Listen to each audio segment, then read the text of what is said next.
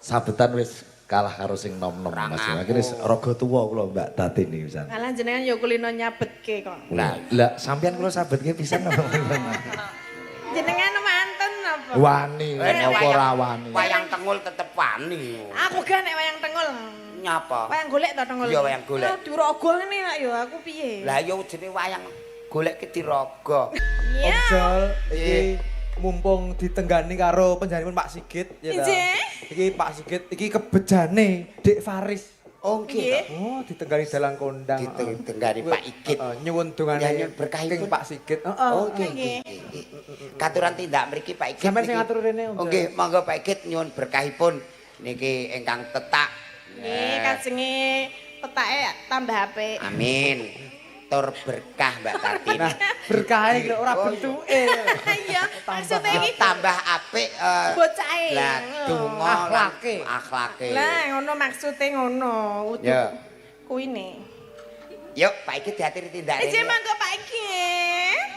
Salatu aku ki mbok yo diiringke ngono lho, aku ki ora iso miring dhewe.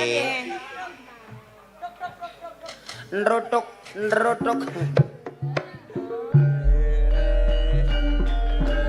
Sampeyan Omjol.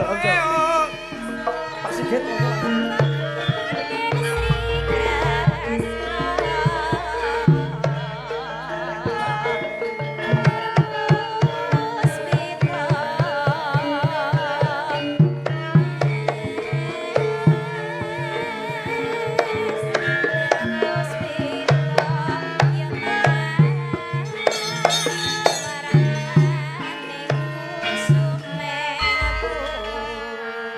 Bejo kemayangan Dik Faris dino iki. Di atis. Heeh, aja dirawuhi Tenggani Pak Igit. Pak Sigit. Mas, jan wis. Monggo Pak Igit nyuwun berkahipun. Berkahi sinten? Ya sing khitan to sinareng Kang anu Mas Wangsit sak kanca. Oh nggih, mugi-mugi ingkang dipun khitanaken Dik Faris dados bocah ingkang soleh. Amin. Mau sonten pun di nganu pun dalange pun mejang sak beja-bejane wong tuwa niku sing duwe anak Sing soleh. Lah ngoten niku.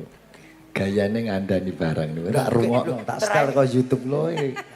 Nggarap tugas tak setel. Wah iya. Napa meneh ditambahi berkah dalang angger pas prei kok purun donga niku mandi lho Pak Igit. Apa iya, Jal? Dalang angger pas libur terus nenggani ana wayangan gelem donga iku mandine masyaallah. Nggih, kula wis ning kono asih suwi nyegat iki dagelane ora teko-teko dadi pas teko tak syuting lho. Lah jenengan mau cara treke ora tak bongkar watune ora iso liwat lho sampean. Lho, kula bongkar watu sik wau. Nggih, mugi-mugi sedaya ingkang sami rawuh tansah mangke rahayu. Amin. Sekeluarga tansah pinaringan berkah, wayang dalem menika berkah. Wah, kene wayang kono ketoprak, ketok le rukun nggih, Mbak. Nggih berkah Pak Igit. Di kono ya seneng kene ya seneng Ngono, Jan. guyub rukun iso anteng. Nggih. Bangunipun melu seneng lah Mas Awang wis. Oh nggih. Mayang dhewe, nek wis mayang dhewe iki aja njaluk transferan bapake terus. Nek jenenge wong tuwa iki ya ijik ngragati. Iya ning ora terus. Senengane yo. Aja terus Mas Awang. Aku iki Dadi ya bocah sing utama. bocah kok njaluk transferan terus ngono ku kudune aja terus le. Lah terus Wong dina pisan iku mesti ngono. Lah Pak Sigit pesen wayang lewat aku Jo. Lah aku ditagahi wong-wong Jo. Ngene cah. Jebule wong nyarutang ngono iso. Wong Cilikane berarti Pak Mel. Sigit nyuwun mayang to. Iya Jo. Tak kira nyuwun gratis. Ku padha ae tiwas aku mbelani isin.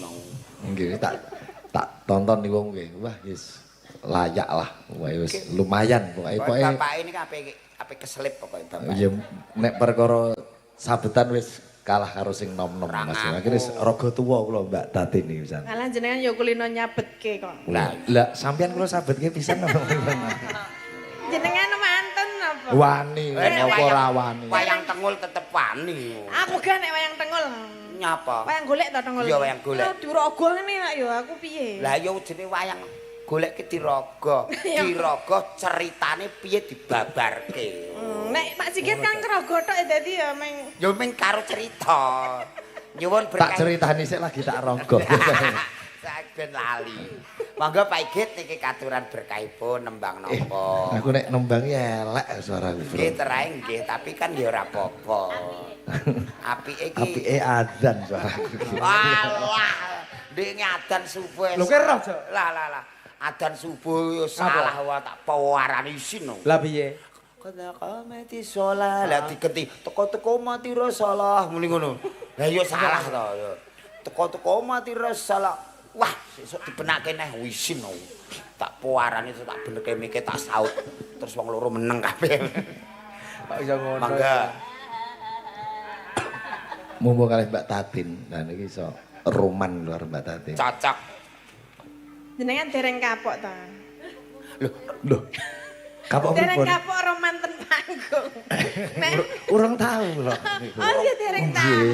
Nembe niki aku ape ngerti mbek jenengan tetembangan sing roman.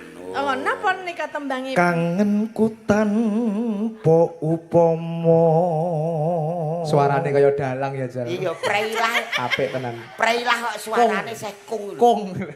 Kakeane. Ngene kok jare bapake soleh. Mung sliramu kang dadi Nek roman ki ya piye? telenging ati. Dadi panggung. Mbak Eni mah kon mangku. Lah biasane ya ngono, Pak. Lah biasane kan ngene, Jol, ayo karo dipangku ya saiki. Git karo dipangku. Wani to, wani. Yo, maksude wani ning gak kuat. Nek aku kan Kuat ya. tenaga roman Nek ngene. wanine wani tapi ragane wis Nggih, Pak iki. ora kuat. Pun Rega ampun tuwa. diteruske pun saisone mawon nggih. Ayo, jenengan kenapa duduk? Kowe kene, kowe kene. Iki wong roman iki cara bendarane mosok ya ngimbangi ya ora penak to. Yo kan ketoprak kaya roman ngene iki kene. Ora kita dadi kursi ngene. Yes. Wes lawas anggonku nunggu. Eni. Aku mbon karo Mbak Tatin. Iki lho, rasane ya ngenten iki lho panjenengan mulane aja cok nyepeleki wong ngadeg nang kene iki angel jenengan. Aku nek ngadeg dhewe ora apa-apa tapi jejer Mbak Tatin ora Lah iya, ora pahandani kok. Ngene muga-muga Pak aku soleh amin. Awas sarunge engko nek mlorot. ora. Iku sarung paten dilas kok. Tak kira nek mlorot ora ya. Iku sarung paten. Oh, no le maten di Ora iki gue iki sarung disuwuk Mbah Nawawi lho, jur tulisane delok Tasik Agung. Ketone. Mbak Tatin. Sarung sponsor Anawawiyah Tasik Agung sponsor. Iki jareku ya tasik mbayar.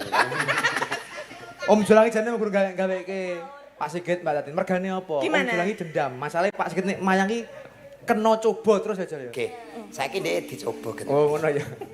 Monggo, coba Pak Igit. Oh, coba ono bisa. Nanging mung ledo. tak tinggal lunga wong merem aku ra dimatke lho. Maksud iki netrane meremi nadane ben. Iki piye? Jare kon Ya ya Roman. jenengan wong roman kok merem aku ra ya lunga. Maksud iku nek ngangkat. ketoprak kono kan didempek ngene. Nggih. Iki lho. Ayo. Aku wong aku gelem. Wah iya, keri lho. Ngene ya ngono. gelem. Keri lho. Keri. Jagat merem. Lah apa kok kon merem? Gen kaya bapake. Oh ngono nek nyanyi mer. Rose gen ketemu. Oh ngono. Tekan pundi Mbak Tatin? Tekan ngiri. Leledo, mung sliramu leledo. Coba Pak Igit, ya. Ngelingono nalika dina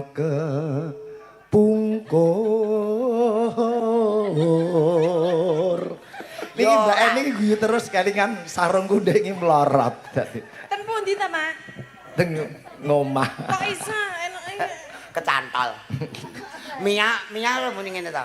Pak Igit tembang iki terae favorit, ora favorit terae apale ya gur iki kok. Ya ora Pak Ikit ki ya tetep apal. Sliramu nate ngendika. Pak Roslan kok gayeng kira-kira. Ya pas ngono ya. Menika ketoprak Wahyu Budaya. Iya iya. Apik cah yo. Kelire iso Endi ambruk ya? piye. Heeh to kae. Iya. Airene do ngatek delok lho. Kok geting aku. Lah kok iki Buane apa ta? Alah cah iki. Lah delok tenan. Cah iki malah. engko sinden-sindene ben joget cara emban. Siap Pak iki. Julang ya beres. Nggih. Tresno lahir terusing batin.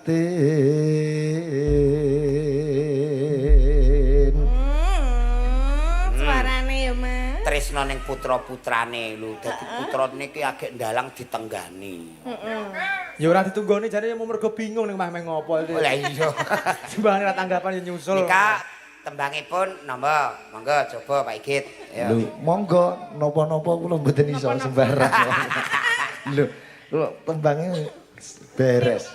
Monggo manut Pak Igit. Monggo Mbak Tatin mawon kula sing. Lah niki napa langgam napa Manut Pak Dalang. manut Ku mau pamunutane mau apa akeh. nene kuwi mau Sesigeman iki mau wis podang kuning kembang rawe ya. tinggal katresnan sing padha peloke. Iya ya padha peloke. Jagat main joget mboten tak paringi wayang gitu ya. Tak paringi Jaket. wayang.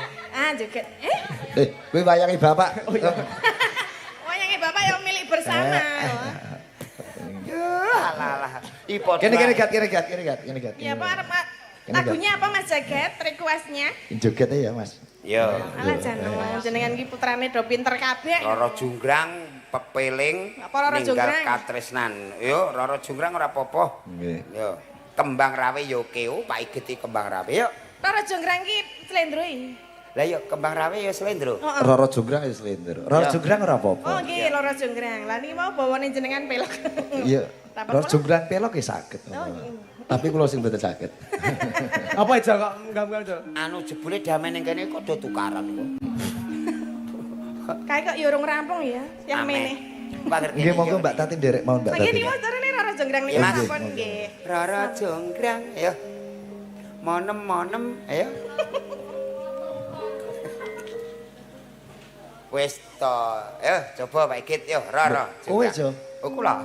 Saking mriki. Apal ana catetane ora. Ya Mas, mangga. Berangkat. Roro Jonggrang. Lah. Yo. Jaget ya, Mas. Tiru-tiru Mas Jaget le joget.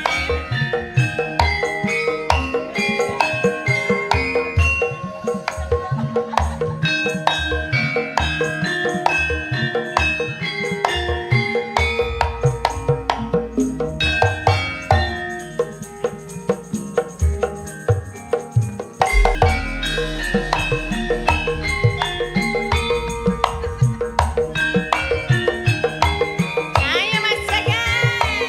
Ayo kan. Joget piye?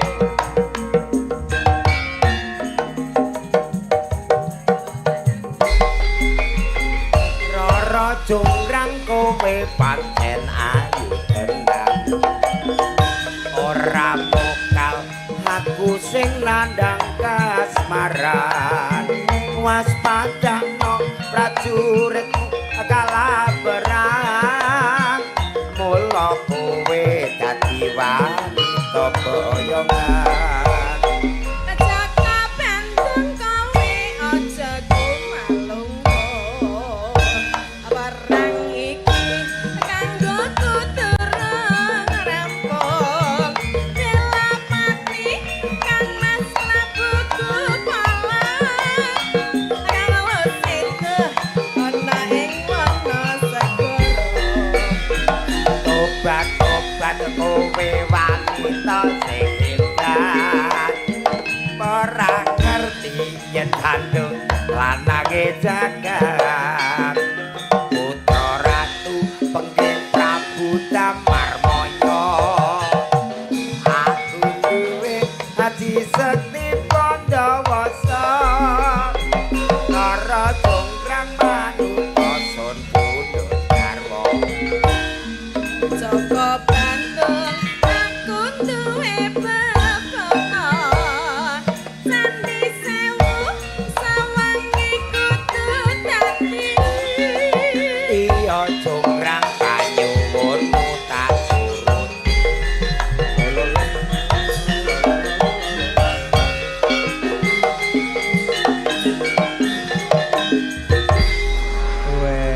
hebat jagat. Rene gat tak paringi wayang kene. Oh, tenan Mas Awang iki ora ngapusi iki lho.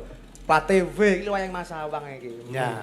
Wis didalang sing apik ya, Le.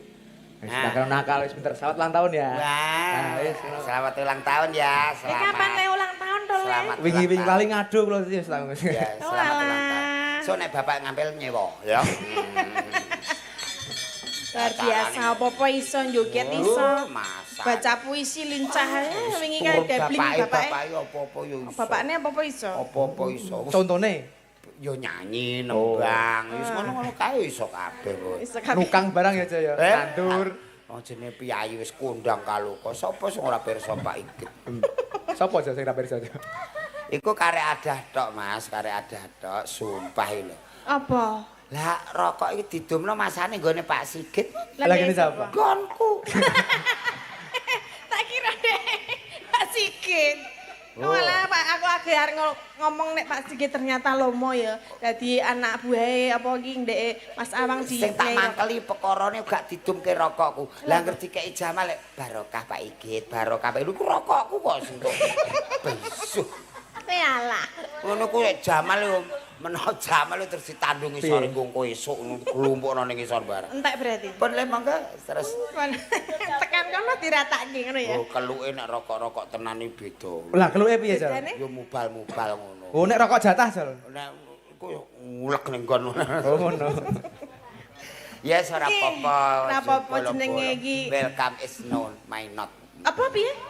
Omong apa, Welcome Jal? is no my not piye? Disumet karepe ora karepe artine ngono pokoke.